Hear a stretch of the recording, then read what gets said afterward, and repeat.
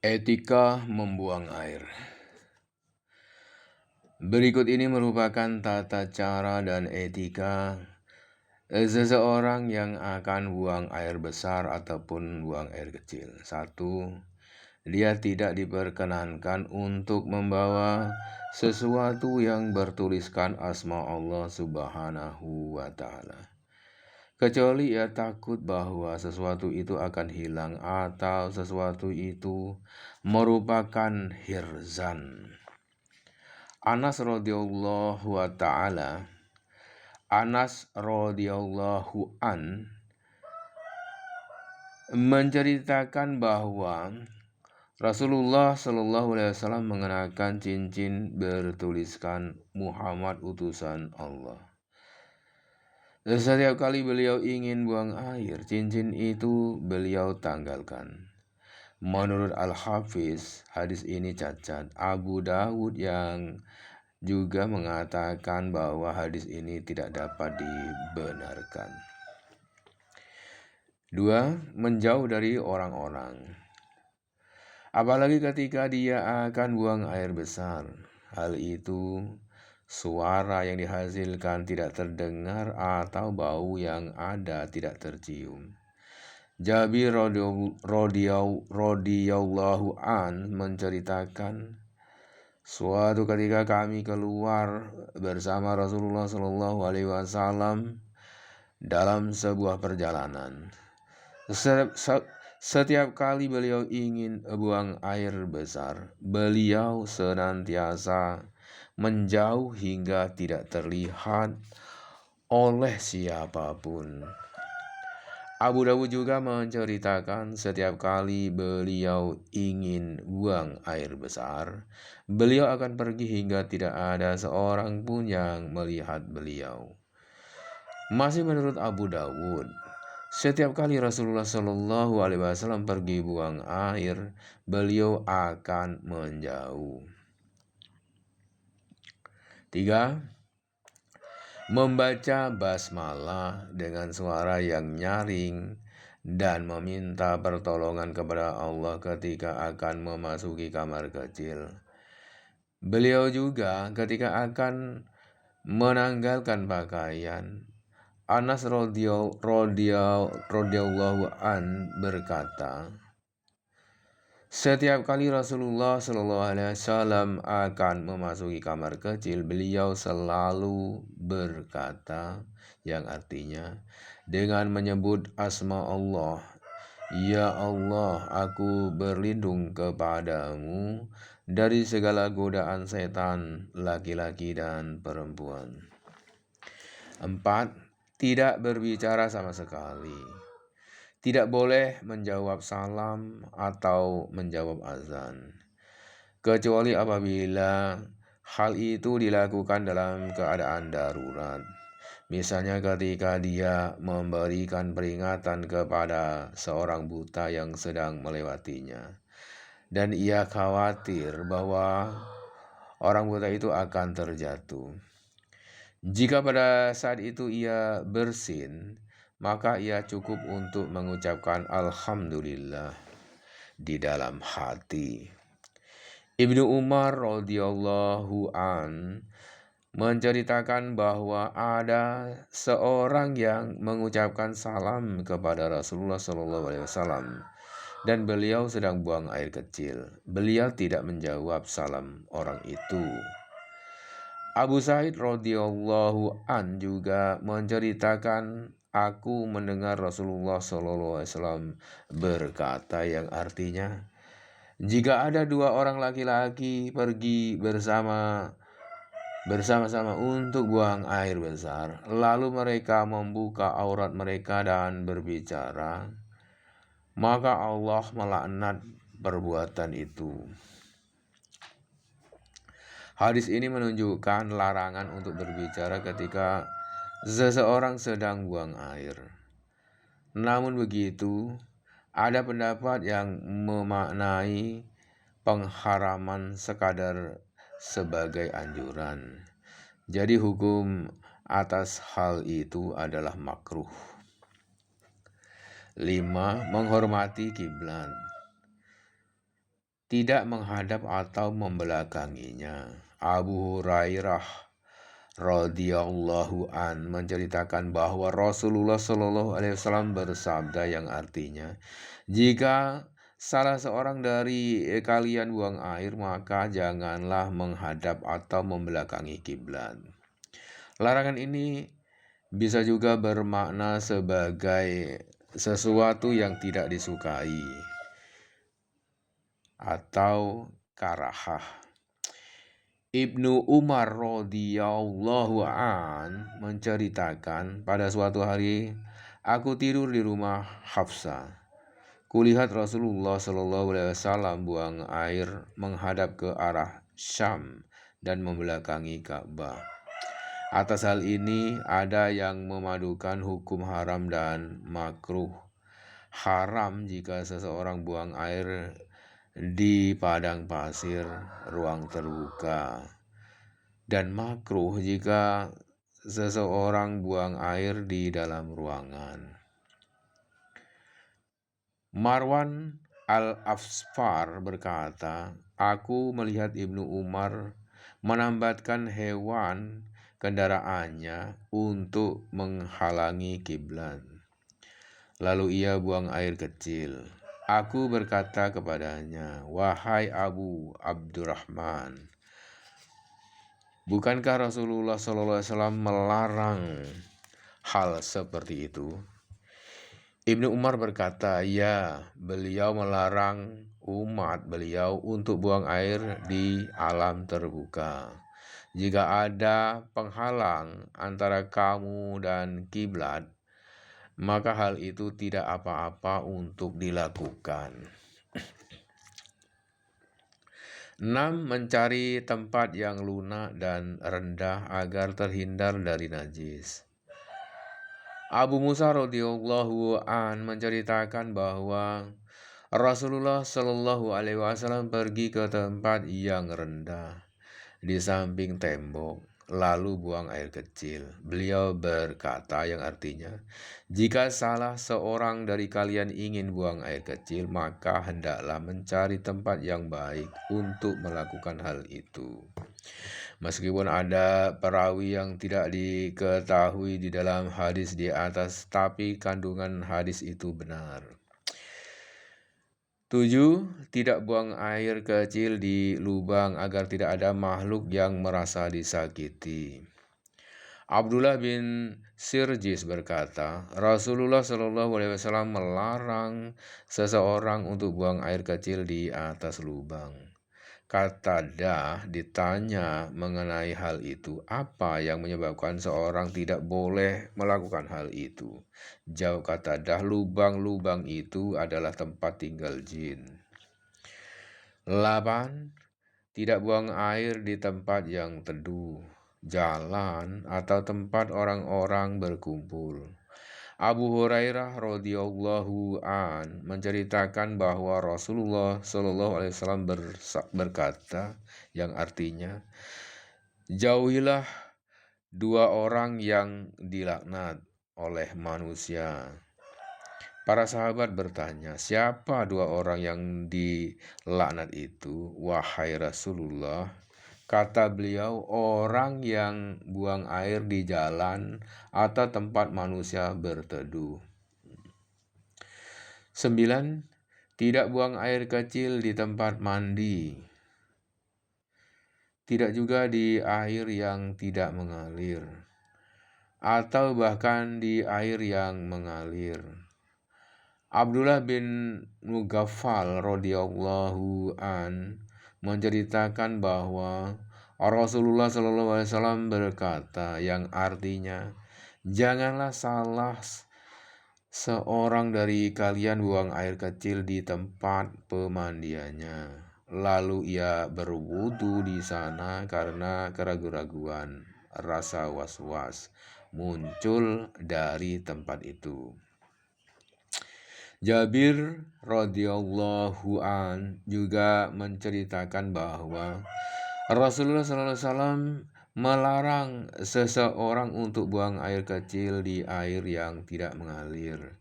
Sementara itu, Ibnu Majah menyatakan bahwa Rasulullah SAW melarang seseorang untuk buang air kecil di air yang mengalir. 10. Tidak buang air kecil sambil berdiri karena hal itu bertentangan dengan etika, sopan santun, dan adat istiadat. Hal itu juga bisa menyebabkan percikan-percikan dari air kencing menyebar. Jika tidak ada kekhawatiran atas hal itu, maka seseorang boleh saja buang air kecil sambil berdiri. Aisyah radhiyallahu an berkata, "Janganlah percaya kepada orang yang mengatakan bahwa Rasulullah buang air kecil sambil berdiri. Rasulullah SAW tidak pernah buang air kecil kecuali sambil duduk." Tirmizi mengatakan bahwa perkataan Aisyah ini merupakan dalil yang paling kuat dalam persoalan ini. Aisyah berbicara dengan berdasar kepada sesuatu yang dia ketahui. Apa yang dikatakan oleh Aisyah tidak bertentangan dengan riwayat Huzaifah radhiyallahu an. Ia berkata, Rasulullah SAW mendekati gundukan tanah dan buang air kecil sambil berdiri. Aku mendekat, beliau berkata, yang artinya mendekatlah. Kemudian aku mendekati beliau hingga tiba di depan beliau. Lalu beliau berwudu dan mengusap kedua kuf sepatu musim dingin beliau. Imam Nawawi mengatakan, buang air kecil sambil duduk lebih aku suka daripada buang air kecil sambil berdiri, meski keduanya sama-sama diperbolehkan. Keduanya sama-sama dilakukan oleh Rasulullah SAW. 11. Membersihkan diri setelah buang air dengan batu atau benda yang sejenis dengan itu. Benda padat yang suci dan bisa menghilangkan najis, serta bukan benda yang dimuliakan. Selain itu, membersihkan diri setelah buang air juga dapat dilakukan dengan air.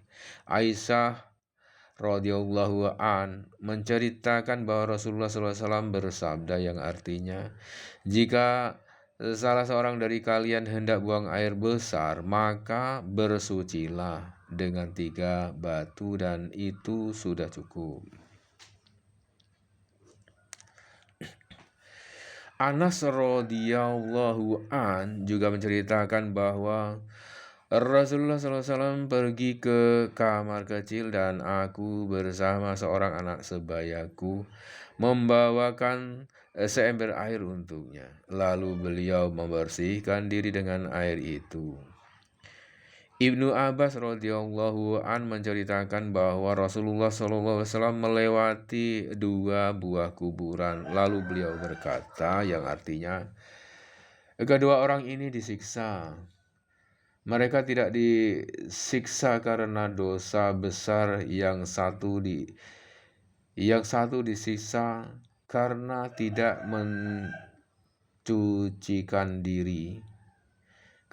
mensucikan diri setelah buang air kecil.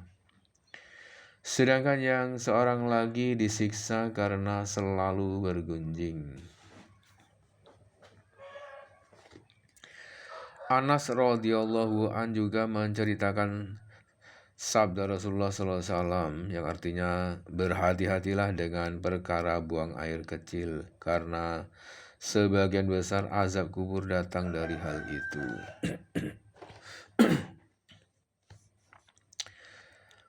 12. Tidak bersuci dengan tangan kanan karena untuk menjaga tangan itu dari kotoran.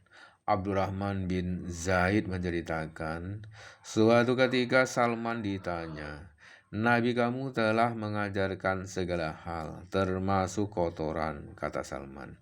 Benar. Beliau melarang kami untuk menghadap kiblat ketika buang air, bersuci dengan tangan kanan, bersuci dengan paling sedikit 3 batu, tidak bersuci dengan benda najis atau dengan tulang.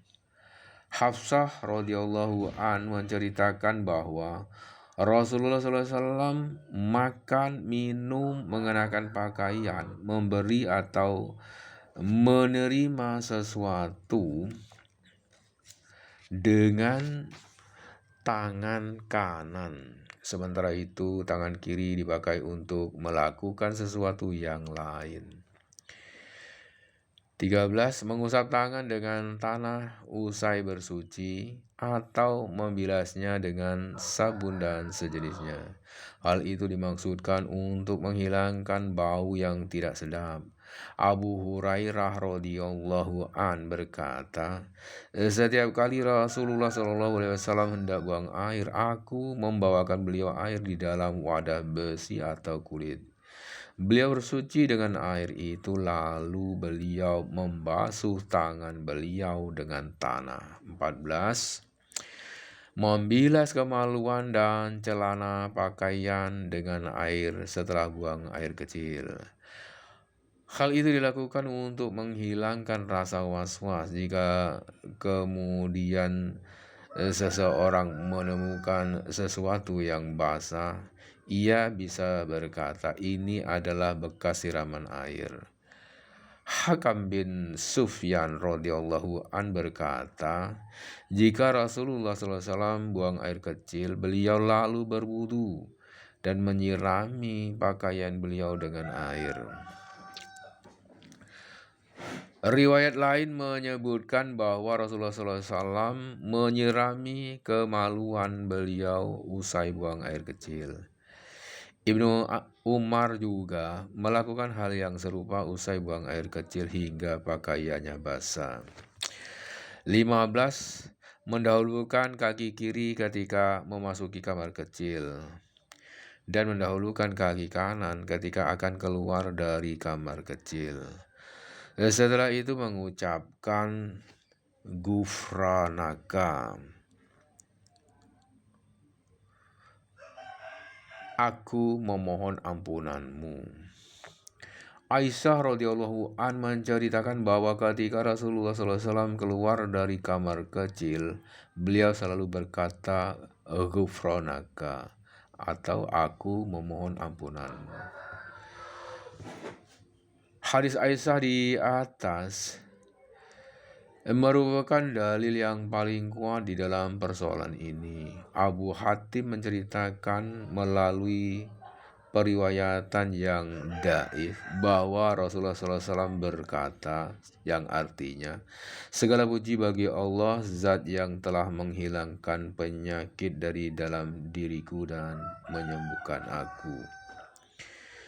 Juga perkataan beliau yang artinya, segala puji bagi Allah yang telah memberikan kenikmatan-kenikmatannya kepada aku, menyalurkan kekuatan-kekuatannya kepada aku dan menghilangkan penyakit dari dalam diriku. D. Sunnah-sunnah fitrah. Allah SWT telah menetapkan beberapa anjuran dasar kepada para nabi alaihim assalat wa assalam, dan memerintah kita untuk mengikuti mereka dalam hal yang akan diuraikan berikut ini.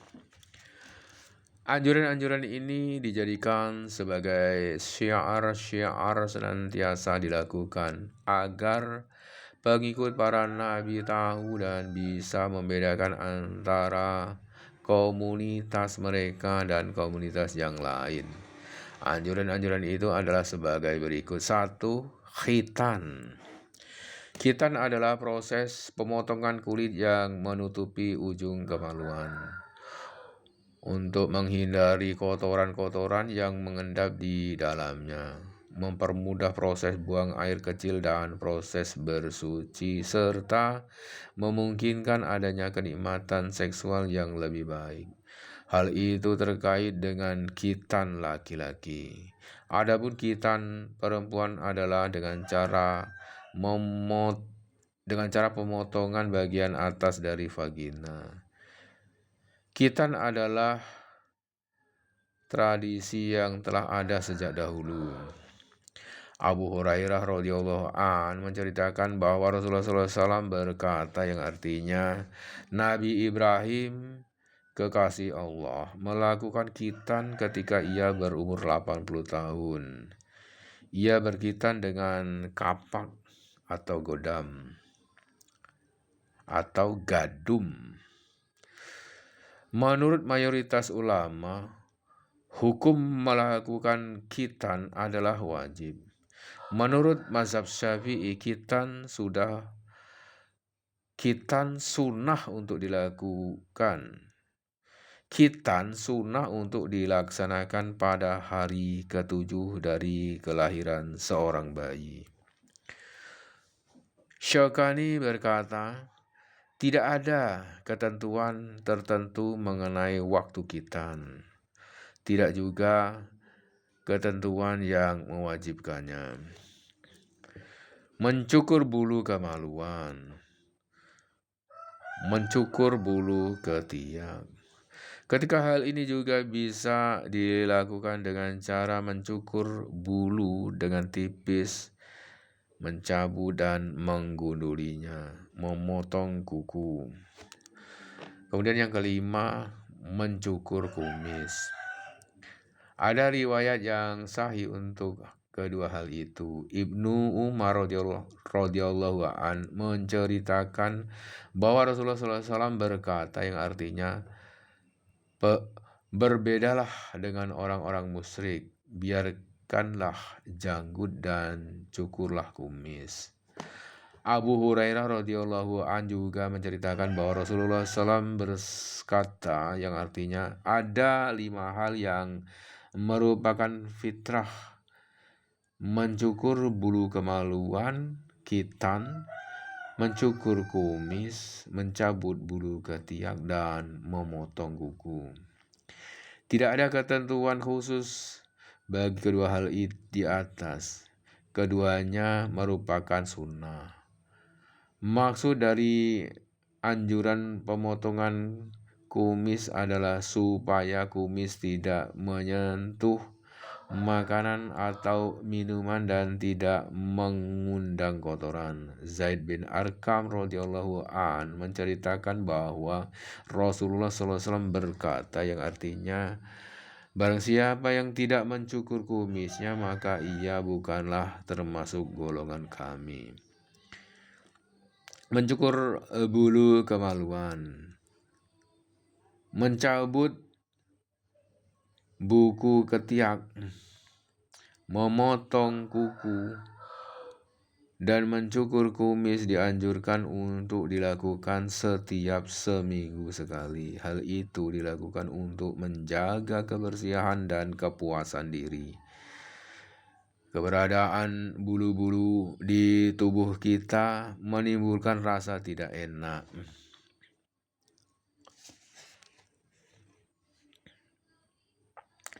Keberadaan bulu-bulu di tubuh kita menimbulkan rasa tidak enak dan sesak. Namun ada dispensasi waktu untuk tidak melakukan hal-hal di atas hingga 40 hari. Setelah itu tidak ada lagi alasan untuk tidak melakukannya.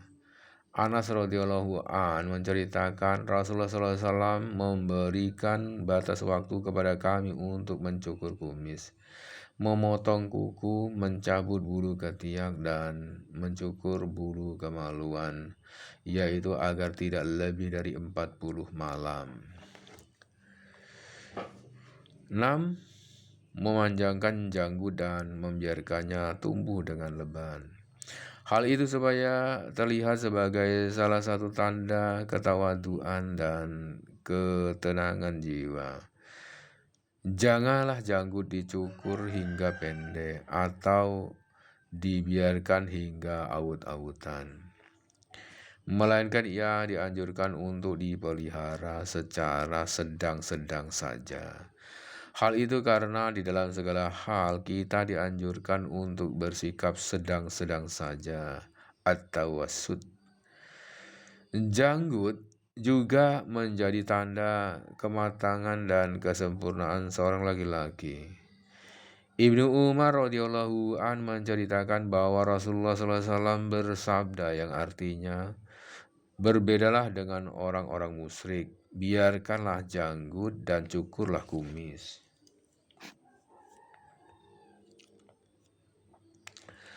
Setiap kali Ibnu Umar radhiyallahu an hendak melaksanakan ibadah umroh atau haji, ia akan memegang janggutnya dan memotong bulu-bulu yang melebihi genggaman tangannya. 7. Merawat rambut dengan memberinya minyak dan menyisirnya. Abu Hurairah radhiyallahu an menceritakan bahwa Rasulullah SAW bersabda yang artinya, barang siapa yang memiliki rambut maka hendaklah rambut itu diagungkan atau dirawat. Atta bin Yasar radhiyallahu an juga menceritakan ada seseorang dengan rambut dan janggut acak-acakan datang kepada Nabi SAW. Lalu beliau menunjuk kepada rambut dan janggut orang itu, seakan-akan memerintahkannya untuk memperbaikinya. Laki-laki itu pun melakukan perintah Nabi. Kemudian ia kembali dan Nabi berkata yang artinya, bukankah seperti ini lebih baik daripada datang dengan rambut acak-acakan seperti setan? Abu Qatadah radhiyallahu an menceritakan bahwa rambutnya panjang hingga pundak. Nabi SAW menanyakannya dan meminta agar ia merawat dan meminyakinya setiap hari. Di dalam riwayat yang lain, Abu Qatadah berkata kepada Nabi, "Wahai Rasulullah, rambutku panjang hingga mencapai pundak. Bolehkah aku membiarkannya panjang?" Jawab Nabi, yang artinya ya, dan muliakanlah rambutmu itu. Abu Qatadah meminyaki rambutnya 2 kali sehari karena perkataan Nabi, dan muliakanlah rambutmu.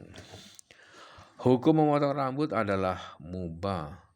Begitu juga membiarkan dan merawatnya bagi mereka yang menyukainya. Ibnu Umar radhiyallahu an menceritakan bahwa Rasulullah SAW berkata yang artinya, potong semuanya atau biarkan semuanya. Adapun hukum memotong sebagian rambut dan membiarkan sebagian yang lain adalah makruh. Nafi menceritakan bahwa Ibnu Umar radhiyallahu an berkata, Rasulullah SAW melarang gaza. Nafi ditanya, apakah gaza itu? Ia menjawab, memotong sebagian rambut dan membiarkan sebagian yang lain. 8. Membiarkan dan tidak mencabuti uban, baik itu uban di rambut maupun di janggut, baik uban yang dimiliki oleh perempuan maupun laki-laki. Amru bin Su'aib menceritakan bahwa Rasulullah SAW bersabda yang artinya, janganlah kalian mencabuti uban karena ia merupakan cahaya bagi orang muslim. Allah akan memuliakan suatu kebaikan meninggikan derajat dan mengampuni dosa orang muslim yang rambutnya ditumbuhi uban. Anas radhiyallahu an berkata, kami tidak menyukai seseorang yang mencabuti rambut putihnya dari kepala dan janggutnya. 9. Mewarnai, menyemir rambut dengan cat pewarna dari pohon pacar atau al-hinna yang berwarna merah ataupun kuning. Abu Hurairah radhiyallahu an menceritakan bahwa Rasulullah SAW berkata yang artinya sesungguhnya orang-orang Yahudi dan Nasrani tidak pernah menyemir, maka bedalah dengan mereka. Abu Dzar radhiyallahu an menceritakan bahwa Rasulullah SAW bersabda yang artinya warna yang paling baik untuk mengubah uban kalian adalah dengan pohon pacar dan warna hitam kemerah-merahan. Ada juga dalil yang menunjukkan bahwa hukum menyemir adalah makruh. Hal ini bisa dilihat dari perbedaan usia, tradisi, dan adat istiadat. Sebagian sahabat mengatakan bahwa tidak menyemir itu lebih baik. Tapi sebagian yang lain mengatakan bahwa menyemir justru lebih baik. Ada yang menyemir rambut dengan warna kuning, ada juga yang menyemir dengan pohon pacar atau dengan warna hitam kemerah-merahan. Ada orang yang memakai za'faran, ada pula yang menyemir dengan warna hitam.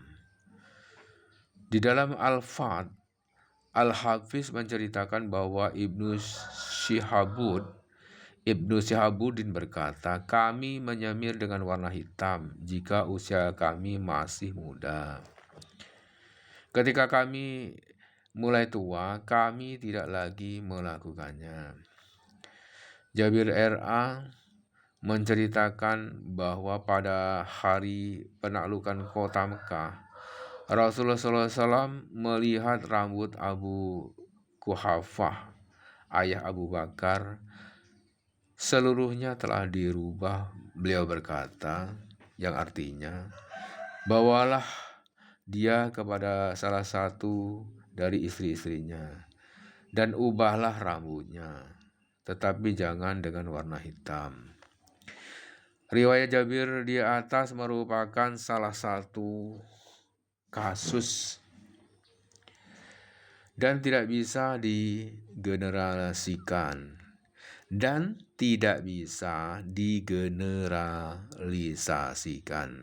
Hal itu tidak baik bagi Abu Quhafah karena semua rambutnya sudah berubah. Apalagi untuk menyemir rambutnya dengan warna hitam. Hal itu akan terlihat tidak layak untuk orang seperti dia.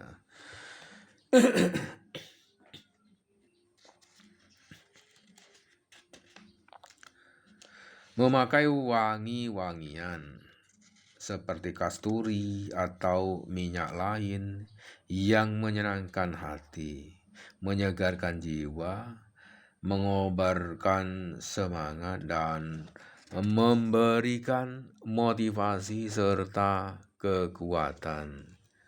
Anas radhiyallahu anhu menceritakan bahwa Rasulullah SAW berkata yang artinya, di dunia ini aku menyukai perempuan dan wewangian, dan kebahagiaan diriku terletak dalam sholat. Abu Hurairah radhiyallahu an menceritakan bahwa Nabi SAW bersabda yang artinya, barang siapa yang diberi wewangian maka janganlah ditolak karena ia merupakan sesuatu yang ringan untuk dibawa dan berbau wangi. Abu Said radhiyallahu an juga menceritakan bahwa Rasulullah SAW pernah berkata mengenai kasturi, yang artinya minyak kasturi adalah minyak yang paling wangi. Nafi menceritakan bahwa Ibnu Umar radhiyallahu an melakukan istijmar atau bersuci dari hadas dengan kayu bakar yang tidak dicampuri wewangian. Dan ia juga memakai kapur yang dioleskan pada kayu. Ia berkata, seperti inilah Rasulullah SAW melakukan istijmar. Wudu. Wudu adalah kegiatan bersuci dengan menggunakan air. Anggota badan yang disucikan di dalam wudu adalah wajah, kedua tangan, kepala, dan kedua kaki.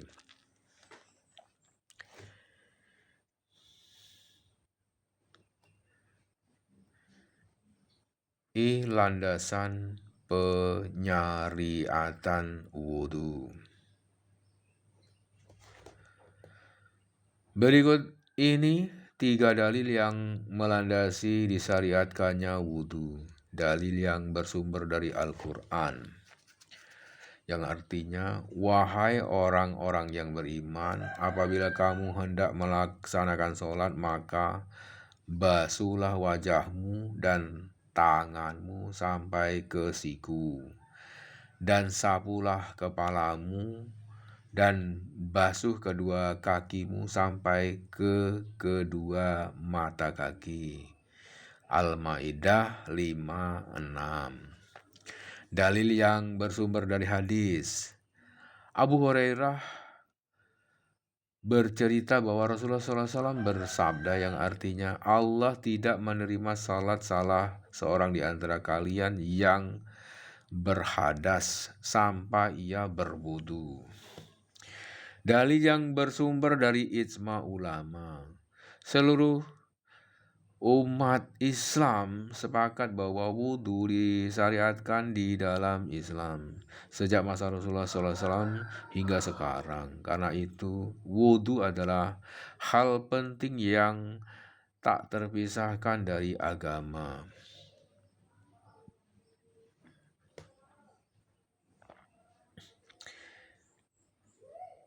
2. Keutamaan wudu. Banyak hadis yang menjelaskan keutamaan berwudu, antara lain sebagai berikut. Hadis pertama, Abdullah As-Sunnabihi radhiyallahu an meriwayatkan bahwa Rasulullah SAW bersabda yang artinya, ketika seorang hamba yang beriman berwudu kemudian berkumur, maka dosa-dosanya keluar dari mulutnya. Ketika ia menghirup air ke dalam hidung lalu mengeluarkan kembali, maka dosa-dosanya keluar dari hidungnya. Ketika ia membasuh wajahnya, maka dosa-dosanya keluar dari wajahnya, bahkan hingga keluar dari kedua tepi pelupuk matanya. Ketika ia membasuh kedua tangannya, maka dosa-dosanya keluar dari kedua tangannya, bahkan hingga keluar dari bawah seluruh kedua kuku tangannya. Ketika ia mengusap kepalanya, maka dosa-dosa keluar dari kepalanya, bahkan hingga keluar dari kedua telinganya. Dan ketika ia membasuh kedua kakinya, maka dosa-dosanya keluar dari kedua kakinya, bahkan hingga keluar dari bawah seluruh kuku kedua kakinya.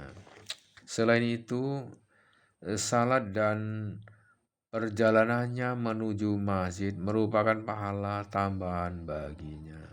Hadis kedua, Anas radhiyallahu an meriwayatkan bahwa Rasulullah SAW bersabda yang artinya, Allah akan menyempurnakan seluruh amal seseorang yang memiliki tabiat baik dengan tabiatnya itu, dan Allah akan menghapus dosa-dosa orang yang bersuci atau berwudu ketika hendak melaksanakan sholat.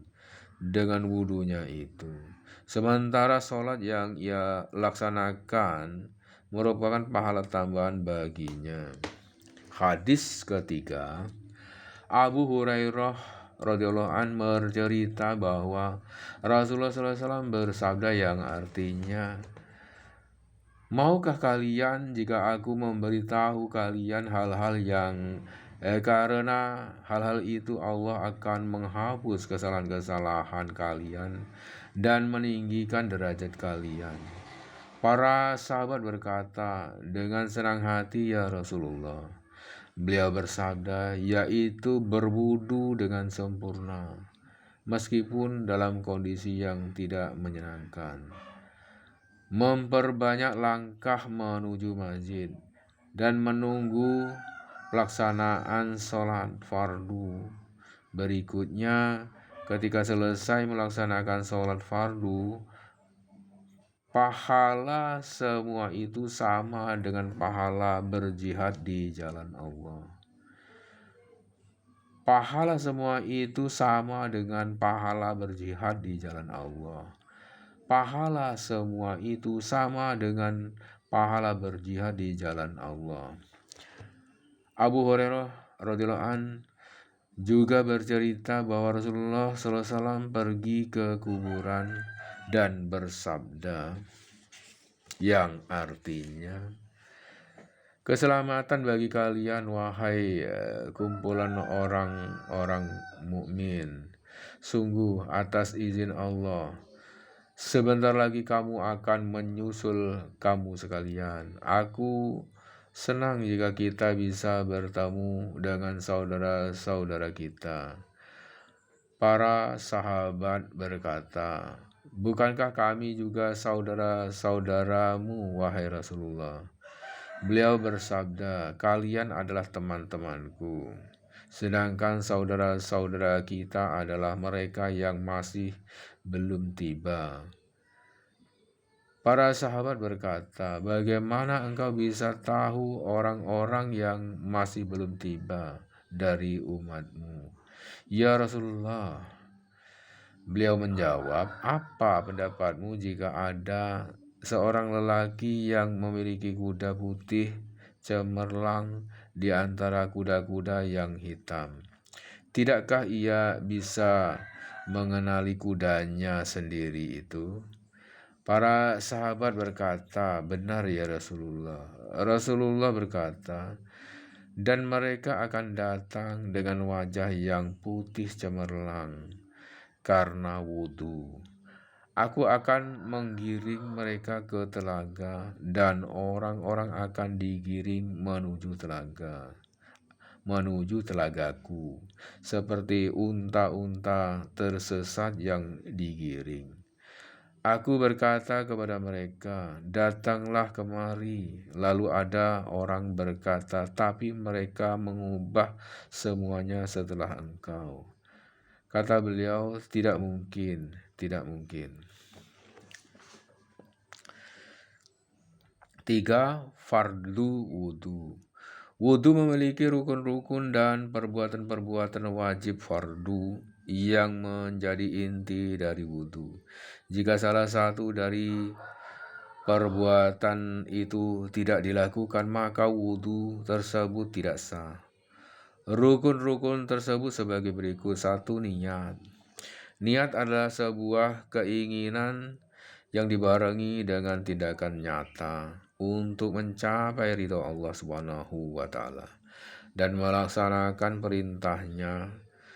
Niat adalah murni pekerjaan hati tanpa harus ada pengucapan apapun dari lisan seseorang.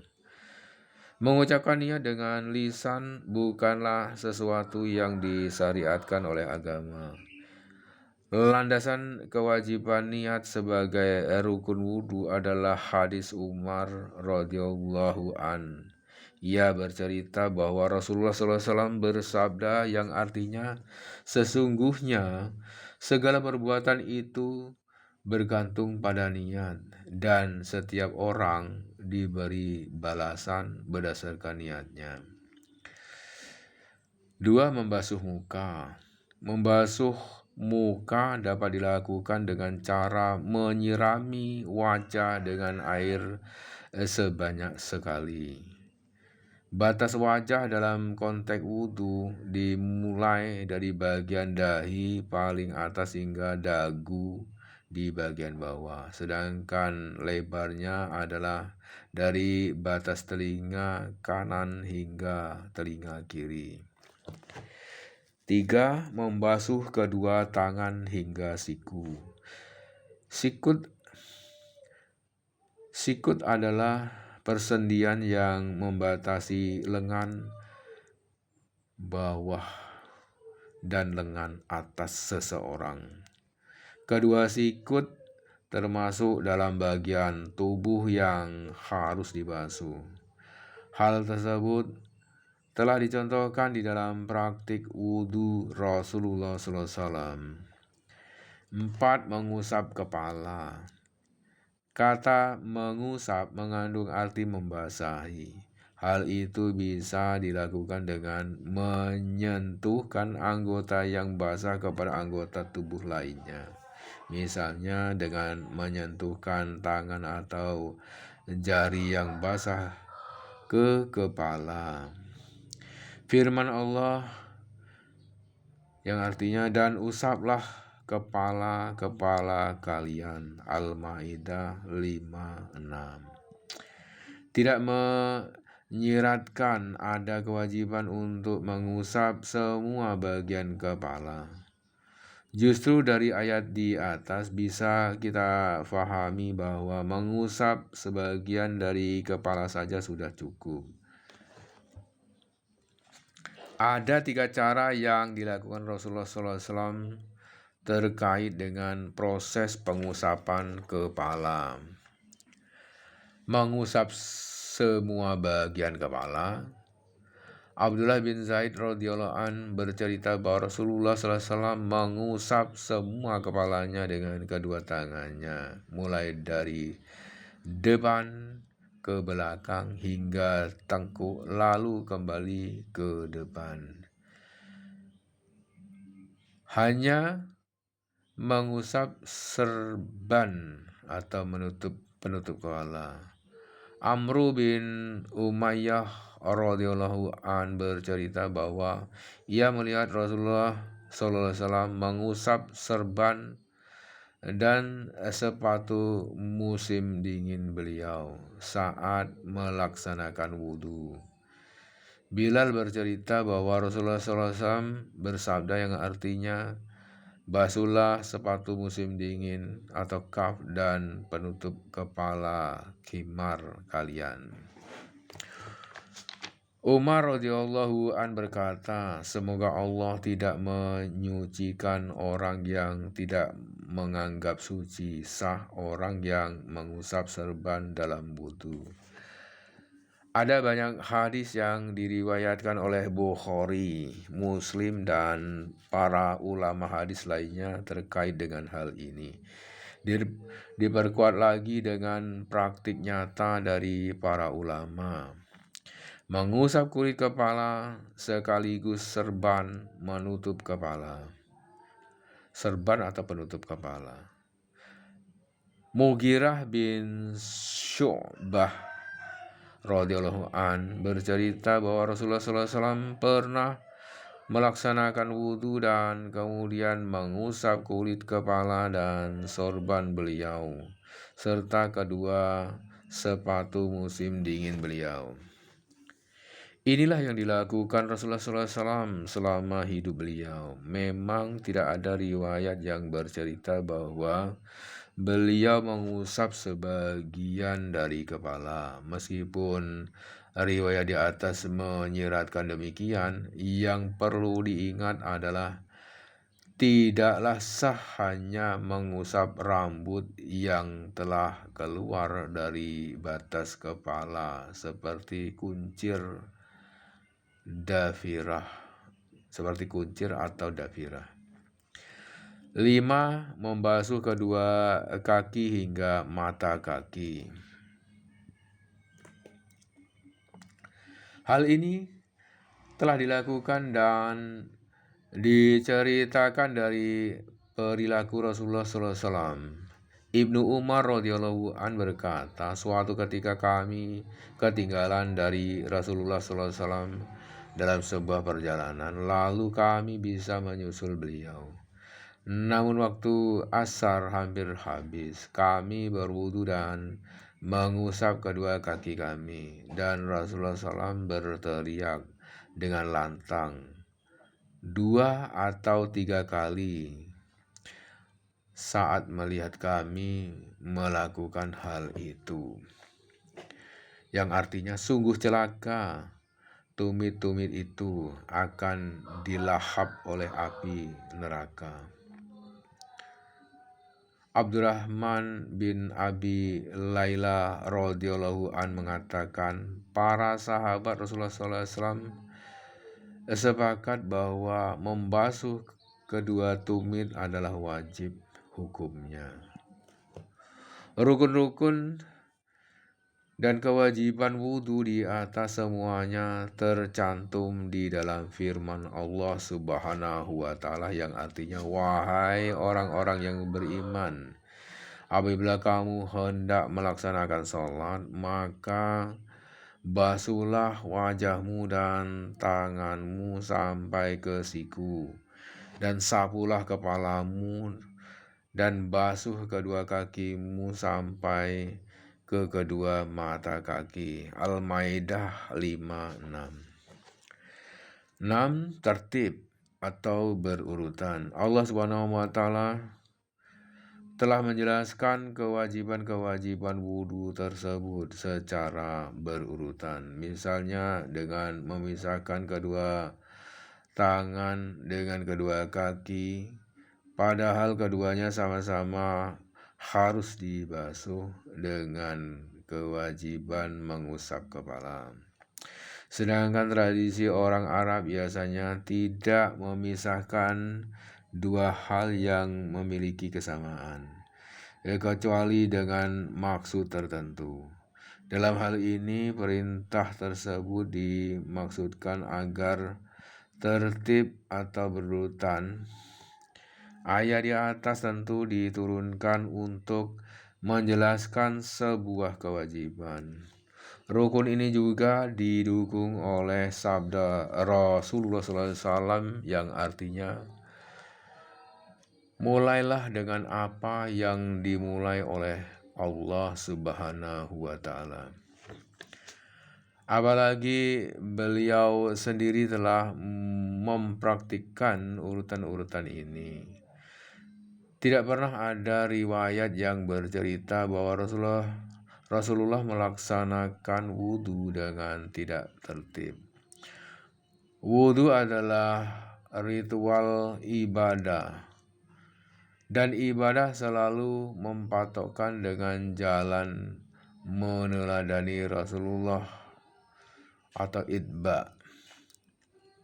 Tidak seorang pun boleh menyimpang dari apa yang telah dipraktikkan oleh Rasulullah SAW, apalagi jika hal tersebut selalu dilakukan oleh beliau.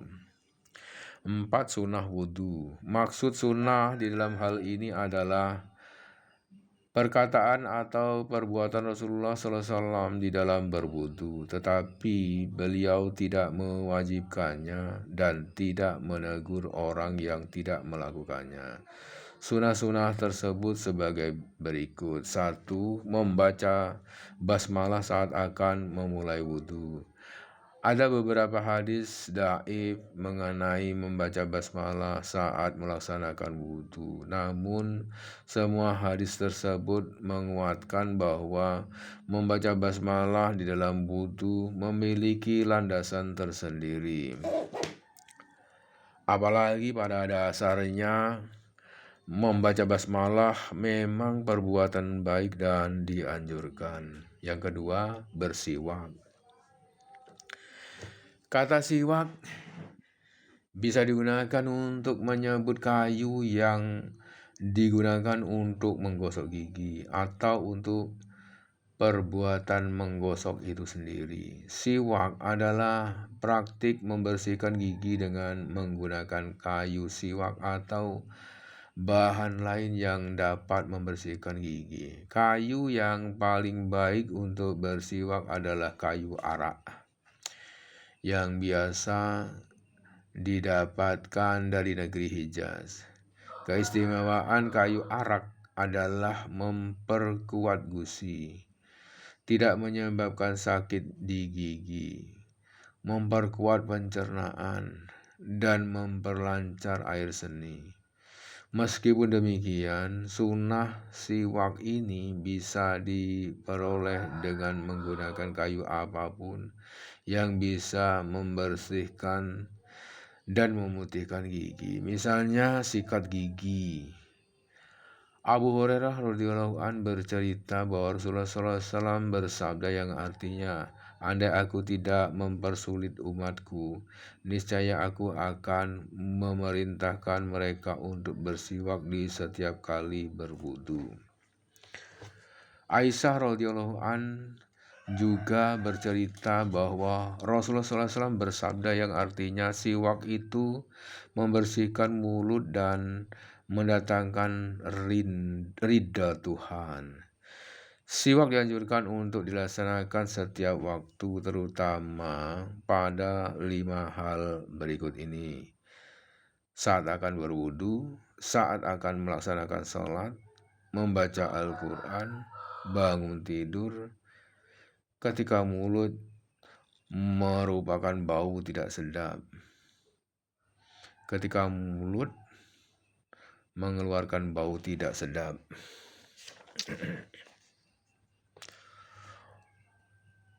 Orang-orang yang berpuasa atau tidak sama-sama bisa bersiwak pada pagi atau sore hari.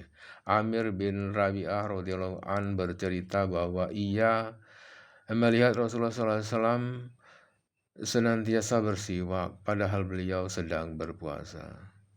Dan dianjurkan juga untuk mencuci siwak setelah dipakai, untuk menjaga kondisi siwak agar tetap bersih. Aisyah radhiyallahu an berkata, setiap kali Rasulullah SAW selesai bersiwak, beliau memberikan siwak itu kepadaku untuk dibersihkan.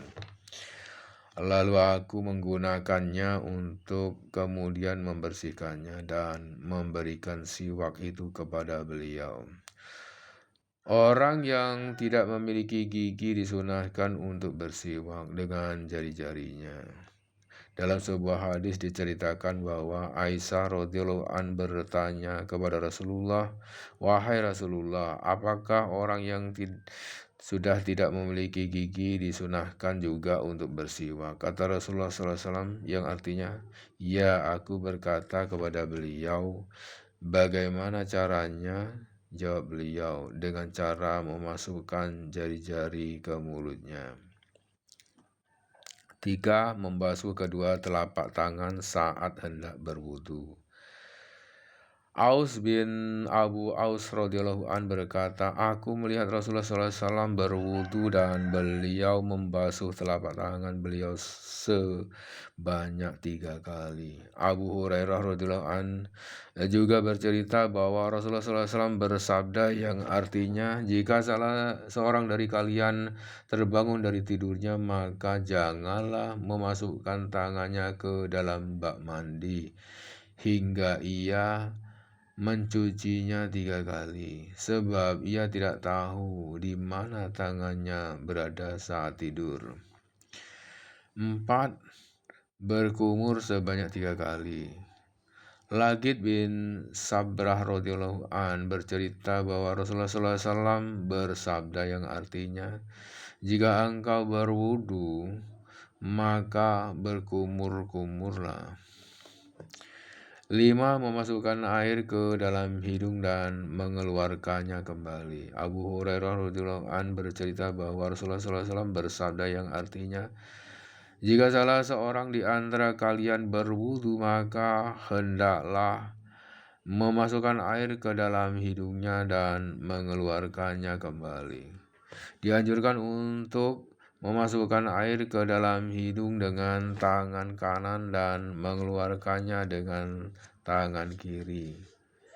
Ali radhiyallahu an pernah meminta air untuk berwudu, kemudian ia berkumur dan membersihkan hidungnya, lalu menyemburkan air dari hidungnya dengan tangan kiri.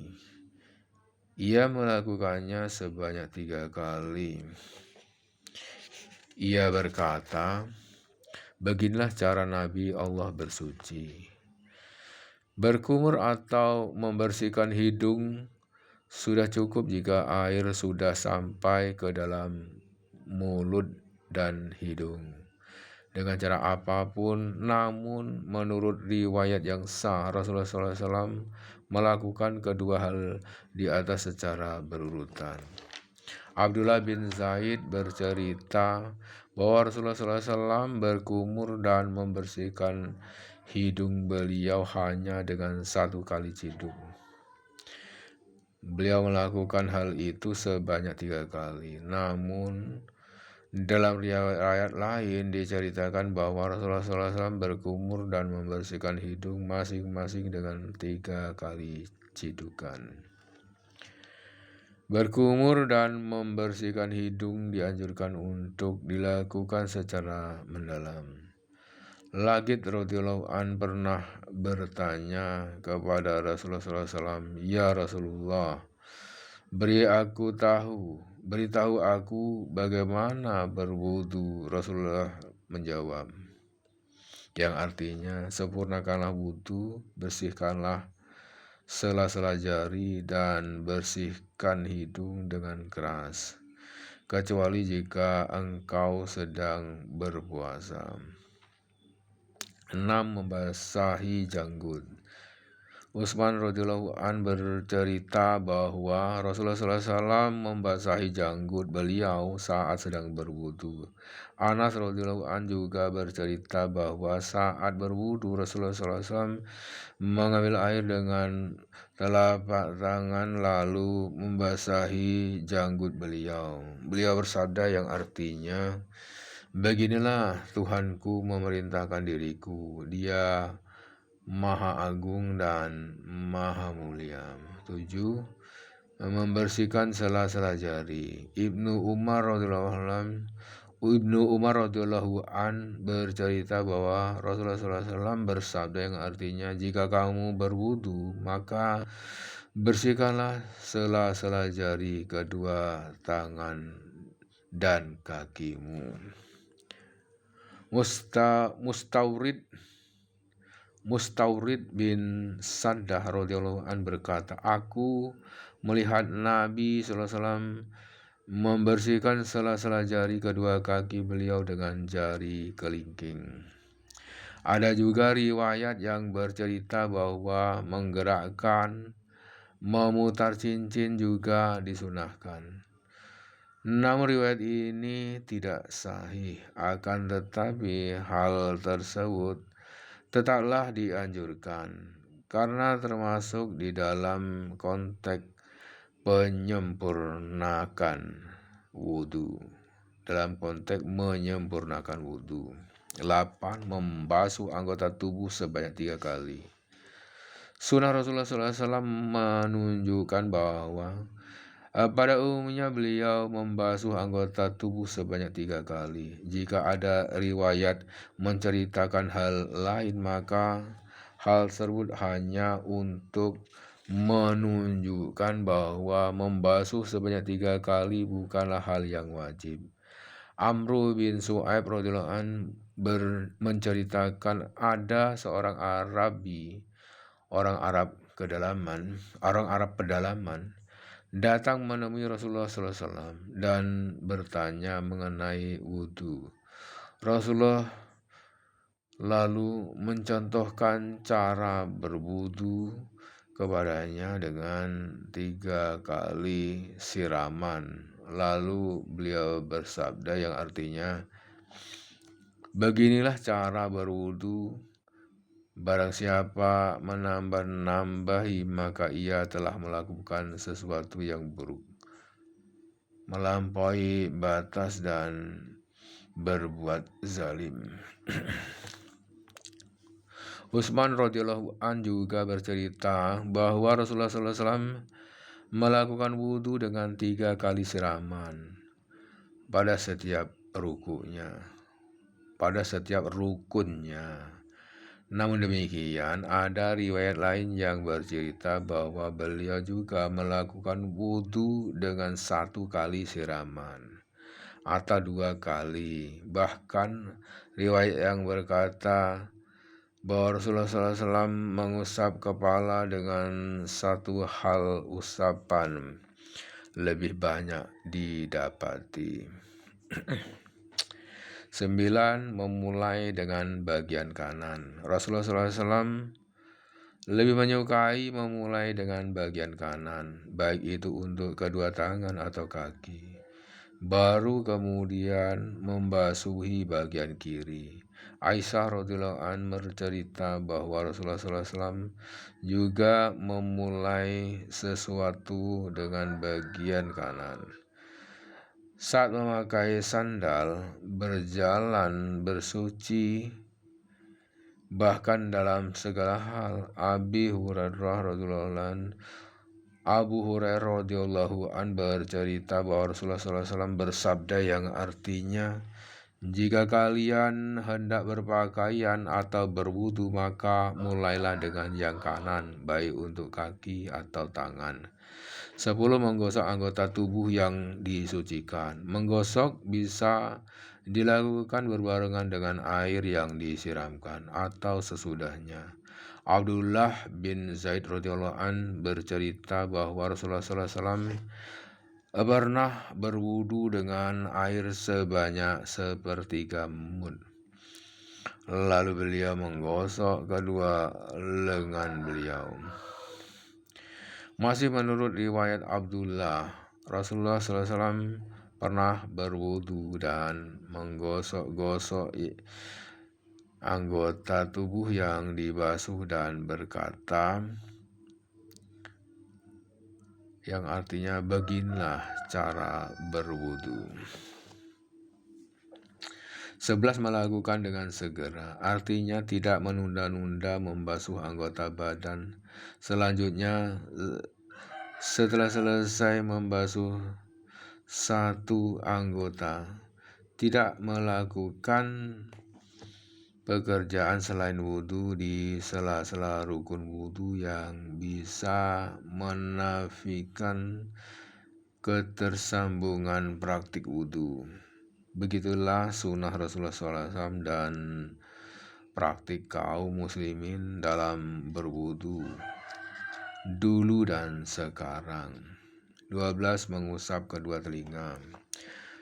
Caranya dengan mengusapkan jari telunjuk untuk telinga bagian dalam dan jempol untuk telinga bagian luar. Itu dilakukan dengan air, bisa usapan untuk kepala, sebab telinga adalah bagian dari kepala. Mikdam bin Ma'di Yakrib radhiyallahu an bercerita bahwa Rasulullah SAW mengusap kepala beliau saat berwudu, kemudian telinga bagian dalam dan luar, serta memasukkan jarinya ke dalam kedua daun telinga beliau.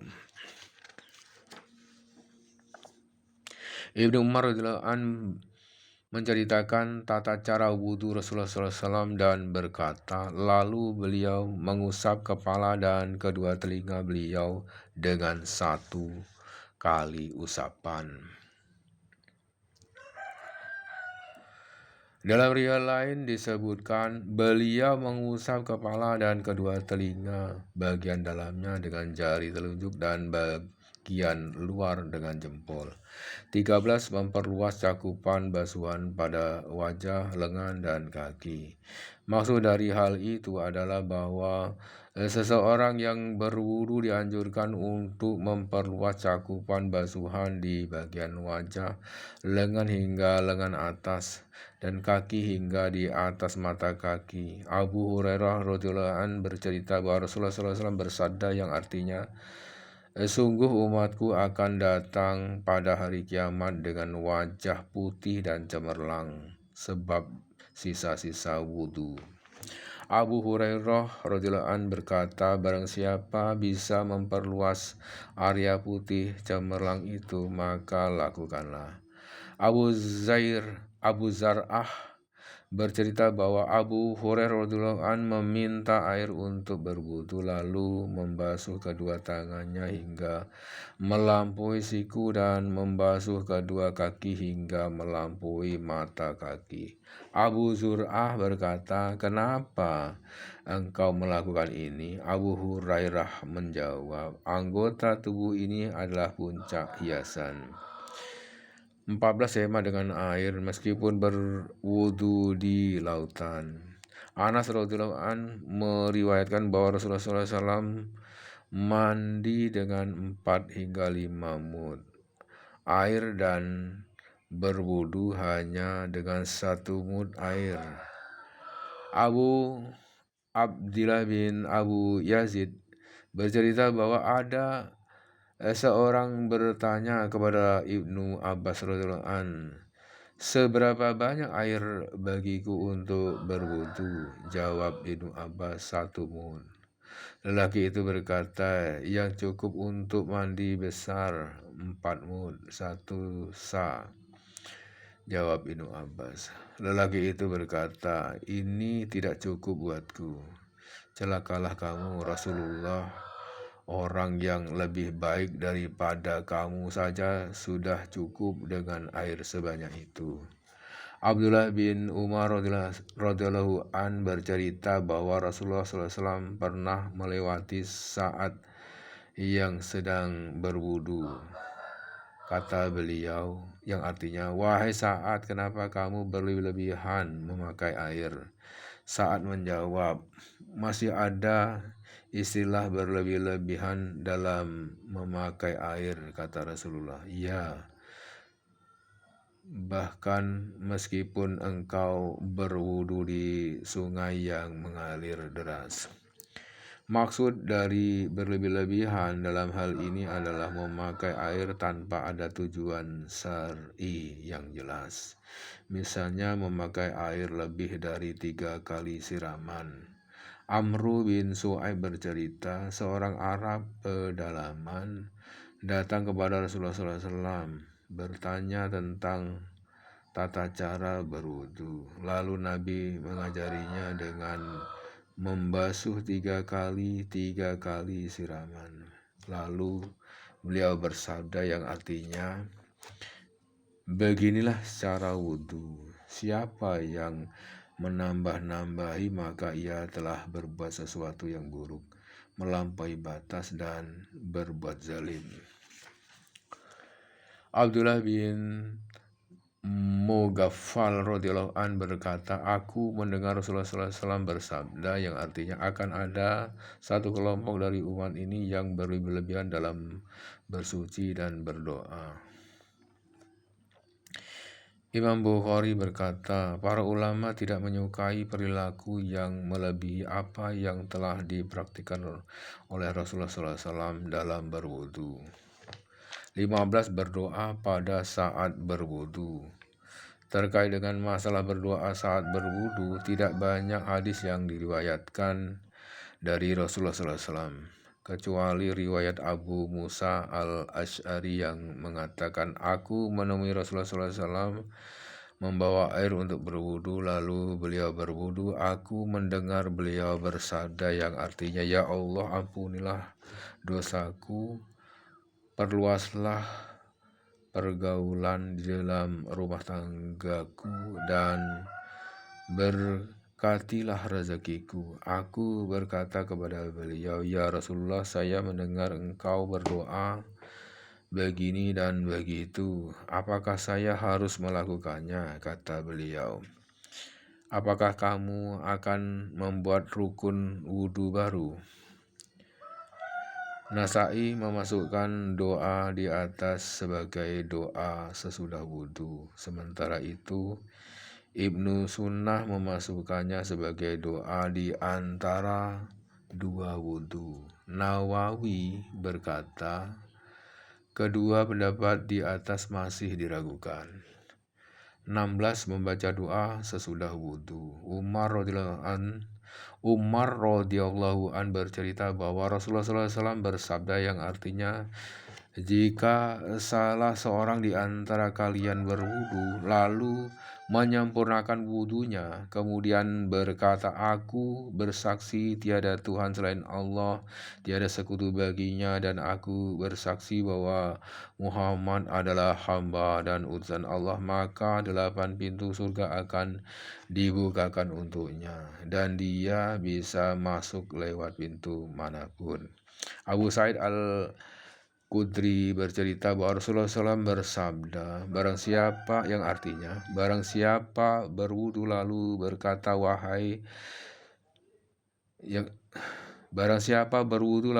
berkata, yang Maha suci Engkau ya Allah, dan segala puji bagimu. Aku bersaksi tiada Tuhan selain Engkau. Aku memohon ampunan kepadamu dan aku bertobat kepadamu. Maka ia akan ditulis di dalam sebuah lembaran, lalu diletakkan di dalam sebuah perangko, dan itu tidak akan rusak hingga hari kiamat. Nasai berkata, usai menceritakan hadis di atas, maka lembaran itu akan ditempel, kemudian diletakkan di bawah arsy, dan itu tidak akan rusak hingga hari kiamat. Adapun doa di bawah ini merupakan riwayat Tirmizi yang artinya, Allahumma ij'alni min at-tawwabin waj'alni minal mutatahhirin, yang artinya, ya Allah, jadikanlah aku sebagai bagian dari orang-orang yang bertobat, dan jadikanlah aku sebagai bagian dari orang-orang yang bersuci. Ia berkata bahwa sanad hadis ini diragukan dan ada banyak hal sya'un kabir yang tidak sahih di dalamnya.